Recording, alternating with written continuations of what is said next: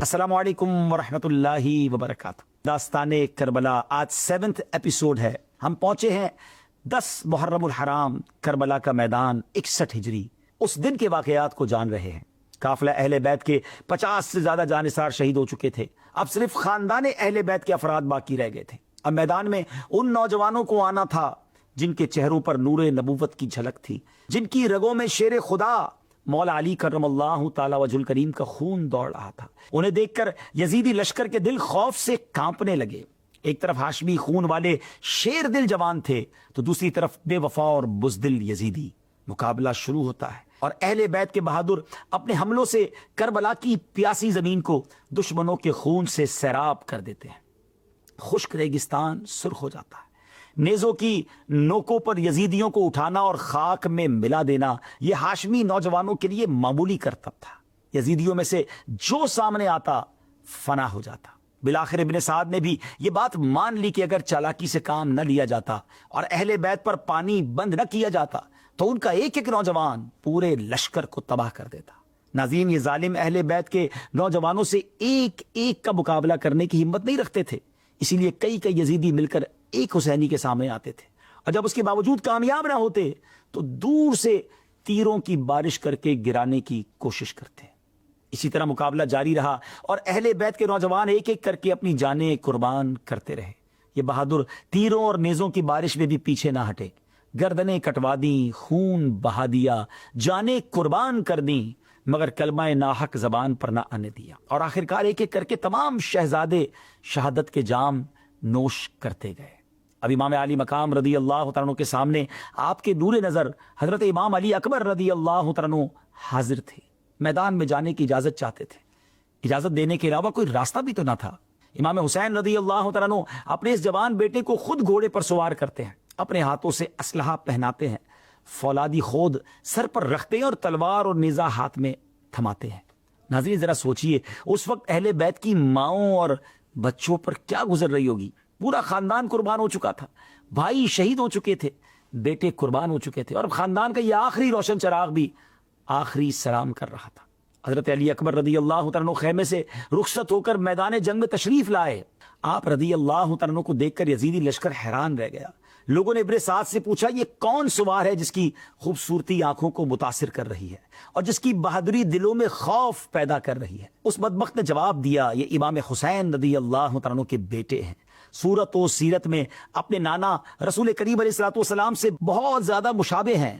یہ سن کر کئی لشکریوں کے دل لرز گئے۔ ضمیر نے انہیں ملامت کی کہ وہ کن سے جنگ کر رہے ہیں، مگر ناظرین، ابن زیاد کے وعدے، یزید کے انعام و اکرام، دولت کی ہوس اور دنیا کی محبت نے انہیں اندھا کر دیا تھا، سو انہوں نے اپنے دل کی آواز بھی دبا دی۔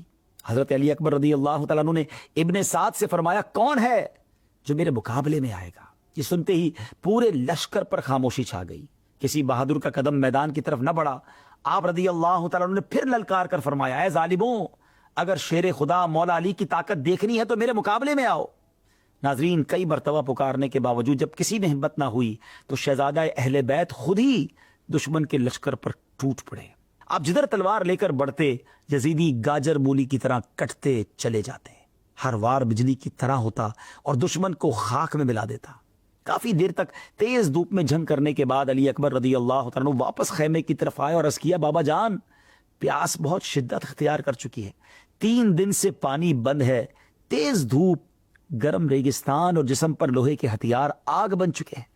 شفیق باپ نے جوان بیٹے کی پیاس دیکھی مگر پانی کہاں تھا۔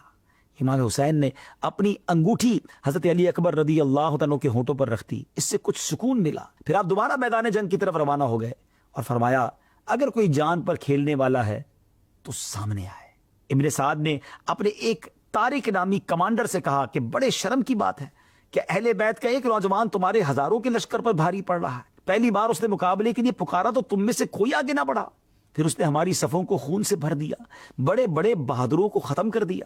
وہ بھوکا ہے، پیاسا ہے، دھوپ میں لڑتے لڑتے تھک چکا ہے، پھر بھی تمہارے تازہ دم لشکروں میں سے کوئی اس کے مقابلے کے لیے تیار نہیں ہے۔ کوئی جو میدان میں آ جائے، میں وعدہ کرتا ہوں کہ کامیاب ہوئے تو موصل کی حکومت دلوا دوں گا۔ ناظرین، طارق نے یہ آفر سن کر کہا مجھے ڈر ہے کہ میں نواسہ رسول علیہ الصلوۃ والسلام سے جنگ کر کے اپنی آخرت برباد کر لوں اور پھر بھی تو وعدہ پورا نہ کرے۔ ابن سعد نے قسمیں کھا کر اسے یقین دلایا کہ اگر اس نے وہ کر دیا جو وہ کہہ رہا ہے تو ابن سعد ہر حال میں اپنا وعدہ پورا کرے گا۔ ناظرین، دنیا کی حکومت کی لالچ میں طارق میدان میں آ گیا۔ اس نے حضرت علی اکبر رضی اللہ تعالیٰ کے سامنے پہنچتے ہی آپ پر نیزے کا بھرپور وار کیا، مگر شہزادے نے نہ صرف اس وار کو روکا بلکہ اپنے نیزے سے اس بدبخت پر ایسا جوابی حملہ کیا کہ نیزہ اس کے سینے کو چیرتا ہوا پیٹھ سے نکل گیا اور وہ گھوڑے سے گر کر تڑپتا ہوا خاک میں مل گیا۔ طارق کو زمین پر تڑپتا ہوا دیکھ کر طارق کا بیٹا عمر بن طارق غصے سے چیختا ہوا میدان میں آیا، مگر حضرت علی اکبر نے ایک ہی وار میں اس کا بھی کام تمام کر دیا۔ پھر طلحہ بن طارق اپنے باپ اور بھائی کا بدلہ لینے کے لیے آگ کے شعلے کی طرح لپکا، مگر شہزادے نے اس کا گریبان پکڑ کر اسے زین سے اٹھایا اور زمین پر زور سے پٹکا کہ اس کی بھی جان نکل گئی۔ اب شہزادے کی ہیبت سے پورے لشکر میں شور مچ گیا۔ اس کے بعد ابن سعد نے اپنے مشہور بہادر مصرع ابن غالب کو میدان میں بھیجا۔ اس نے نیزے سے حملہ کیا، مگر حضرت علی اکبر نے اس کا نیزہ توڑ کر ایسی تلوار ماری کہ وہ سر سے لے کر زین تک 2 ٹکڑے ہو گیا۔ ناظرین، یہ منظر دیکھنے کے بعد کسی میں ہمت نہ رہی کہ تنہا اس شیر ہاشمی کے سامنے آئے۔ بالآخر ابن سعد نے ابن طفیل اور ابن نوفل کو 1,000 سواروں کے ساتھ بیک وقت حملہ کرنے کا حکم دیا۔ حضرت علی اکبر رضی اللہ تعالیٰ عنہ نے نیزہ اٹھایا اور دشمن پر ٹوٹ پڑے۔ اس حملے میں بھی کتنے ہی بدنصیب مارے گئے، کتنے زخمی ہوئے اور کتنے پیچھے ہٹ گئے۔ اسی دوران پیاس کی شدت دوبارہ بڑھی۔ آپ گھوڑا دوڑا کر بابا جان کی خدمت میں حاضر ہوئے اور عرض کیا، بابا جان، پیاس کی بہت شدت ہے۔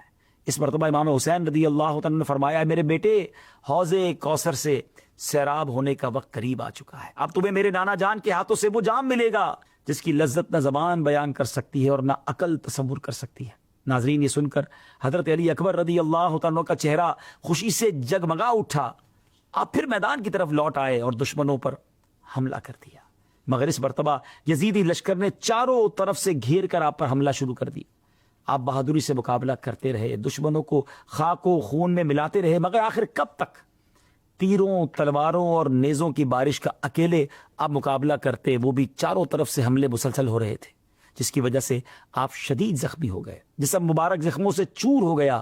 پھر اسی حالت میں آپ گھوڑے سے نیچے تشریف لے آئے اور امام حسین رضی اللہ تعالیٰ عنہ کو آواز دی۔ امام علی مقام رضی اللہ تعالیٰ عنہ گھوڑا دوڑاتے ہوئے میدان میں پہنچے اور اپنے شہزادے کو اٹھا کر خیمے میں لے آئے۔ خیمے میں لا کر بیٹے کا سر اپنی گود میں رکھا۔ حضرت علی اکبر نے آنکھ کھولی اور اپنا سر والد کی گود میں دیکھ کر فرمایا، اے بابا جان، میں دیکھ رہا ہوں آسمان کے دروازے کھلے ہوئے ہیں اور جنتی ہو رہے ہیں شربت کا جام لیے میرا انتظار کر رہی ہیں۔ یہ کہا، پھر شہزادے کی روح جسم سے پرواز کر گئی۔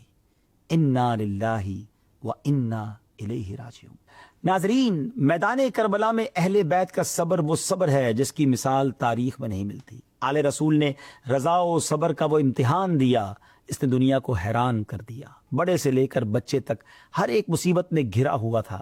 امام حسین کے چھوٹے شہزادے حضرت علی اصغر رضی اللہ عنہ جو ابھی دودھ پیتے بچے تھے، پیاس کی شدت سے بےتاب تھے۔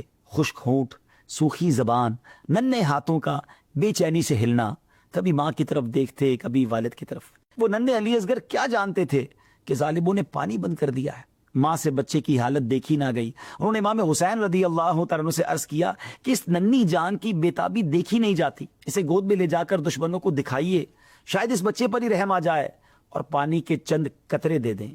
امام علی مقام رضی اللہ تعالیٰ عنہ اپنے ننھے شہزادے کو سینے سے لگا کر دشمن کے سامنے تشریف لایا اور فرمایا، میں اپنا پورا خاندان تمہارے ظلم پر قربان کر چکا ہوں، اگر تمہارا غصہ مجھ پر ہے تو میں حاضر ہوں، مگر اس دودھ پیتے بچے پر رحم کرو، یہ پیاس سے تڑپ رہا ہے، اس کے حلق کو پانی کے چند قطرے دے دو۔ ناظرین، ظالموں کے دلوں پر اس بات کا بھی کوئی اثر نہ ہوا، بلکہ وہ ظالم پانی تو کیا دیتے، انہوں نے پانی کی بجائے ایک تیر مارا جو امام علی اصغر رضی اللہ عنہ کو لگا۔ امام علی مقام نے تیر نکالا، شہزادہ، ننھا شہزادہ ہاتھوں میں تڑپ رہا تھا۔ کچھ دیر تک درد سے تڑپتے ہوئے ننھے سے بچے کی آخری آوازیں آتی رہیں، پھر اچانک خاموشی چھا گئی، ہمیشہ کے لیے خاموشی۔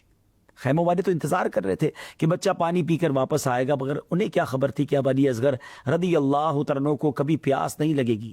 جب امام حسین شہزادے کو خیمے میں لائے تو والدہ نے پرسکون چہرہ دیکھ کر سمجھا کہ بچہ پانی پی کر سیراب ہو کر سو گیا ہے۔ جب حضرت امام رضی اللہ تعالیٰ عنہ سے پوچھا تو معلوم ہوا کہ وہ تو ہمیشہ کے لیے سو گیا ہے۔ فرمایا وہ بھی ساقی کوثر کے جام رحمت و کرم سے سیراب ہونے کے لیے اپنے بھائیوں سے جا ملا۔ اللہ تعالیٰ نے ہماری یہ چھوٹی قربانی بھی قبول فرمائی۔ اسی طرح ناظرین، حضرت علی اکبر اور حضرت علی اصغر رضی اللہ تعالیٰ عنہما بھی شہید ہو گئے۔ اب وہ وقت آیا کہ جان نثار ایک ایک کر کے رخصت ہو چکے اور امام حسین رضی اللہ تعالیٰ عنہ پر جانے قربان کرتے چلے گئے۔ اب تنہا حضرت امام ہیں اور ایک فرزند حضرت امام زین العابدین رضی اللہ تعالیٰ عنہ ہیں، اور وہ بھی بیمار و ضعیف۔ آگے کیا ہوا، قربانی کی عظیم داستان اگلے ایپیسوڈ میں سنیں گے۔ ناظرین، یہ واقعات ہمیں بتا رہے ہیں کتنا ظلم ہوا ہے، کتنی تکلیف اٹھائی گئی ہے، اور یہ ساری تکلیفیں دین کے پرچم کو سر بلند کرنے کے لیے اٹھائی گئی ہیں۔ کیا ہم اور آپ دین کا نام روشن کر رہے ہیں؟ ضرور سوچئے گا۔ ہم سب نے دنیا سے جانا ہے، اور ہماری تو تمنا ہے کہ کربلا والوں سے ہماری ملاقات ہو، امام حسین سے ملاقات ہو۔ کیا جواب ہے ہمارے پاس کہ جنہوں نے اس دین کی سربلندی کے لیے سب کچھ قربان کیا، ہم اس دین کی کیا خدمت کر رہے ہیں؟ ضرور سوچئے گا۔ اگلے ایپیسوڈ میں ملاقات ہوگی۔